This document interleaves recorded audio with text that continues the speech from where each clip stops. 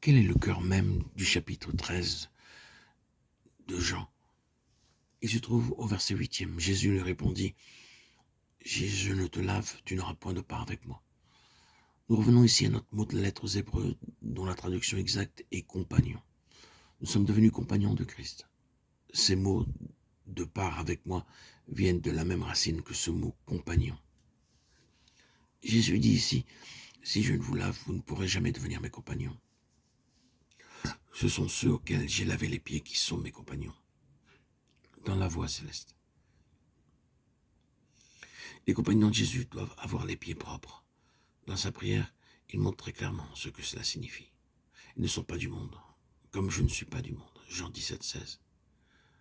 Je ne te prie pas de les ôter du monde, mais de les préserver du mal. Jean 17,15.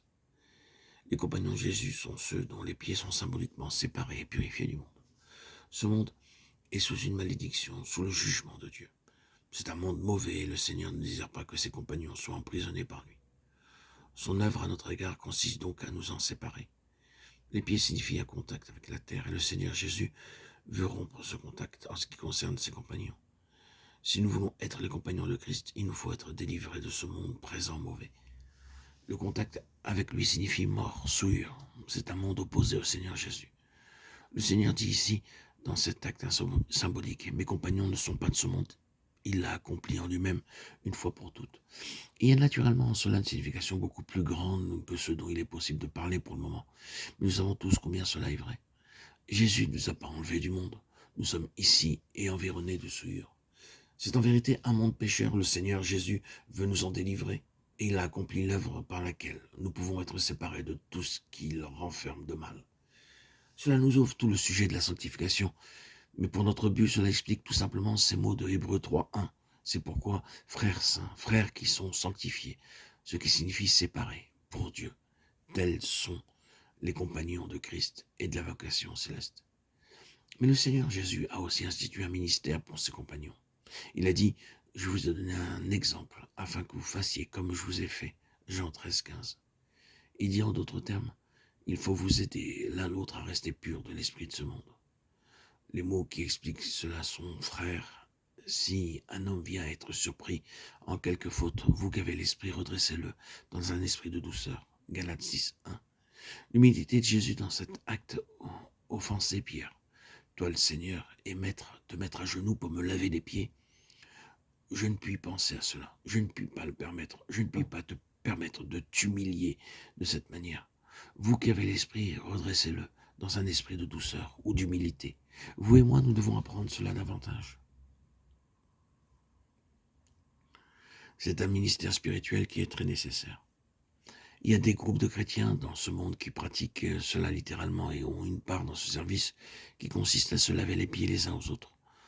Nous ne discuterons pas et ne chercherons pas s'ils ont tort ou raison. Je pense cependant que l'on peut laver les pieds de quelqu'un littéralement sans le faire spirituellement. On peut laver littéralement les pieds de quelqu'un et s'en aller ensuite parler de ses fautes et de ses faiblesses à une autre personne. Je pense que nous sommes trop souvent accoutumés à montrer la boue qui se trouve sur les pieds de quelqu'un au lieu de l'enlever. Oh, nos critiques et nos condamnations à l'égard d'un autre.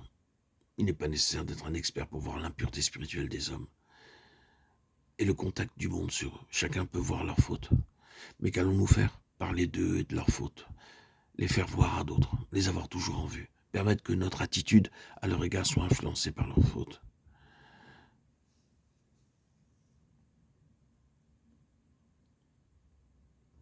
Si nous lisons sérieusement les évangiles, nous verrons que les disciples avaient beaucoup de boue sur leurs pieds. Ils se querellaient afin de savoir lequel d'entre eux en serait le plus grand dans le royaume des cieux et s'efforçaient d'arriver à la première place. Tout cela est une histoire pénible.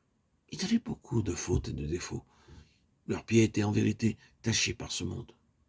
Mais que nous est-il dit ici de l'attitude de Jésus?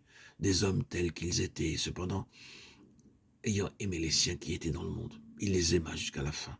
Jean 13,1. Et pour prouver son amour, il s'humilia, enleva le vêtement de sa gloire et prit la forme d'un esclave.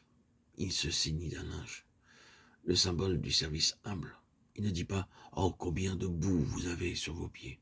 Il l'enleva. Il dit ensuite « Je vous ai donné un exemple afin que vous fassiez comme je vous ai fait. Jean 13, 15. Vous êtes prêtre devant Dieu. Prenez l'eau de la cuve et lavez-vous les pieds l'un à l'autre. Vous ne pouvez être que de cette manière, les compagnons du lieu saint, de la vocation céleste. Frères et sœurs en Christ, bien-aimés, avons-nous remarqué qu'il y a une bénédiction attachée à cet acte? Elle se trouve au verset 17e. Si vous savez ces choses, vous êtes bien heureux pourvu que vous les pratiquiez. Mes chers amis, auditeurs, auditrices, il y a donc une bénédiction, ce fait de nous laver les pieds les uns aux autres.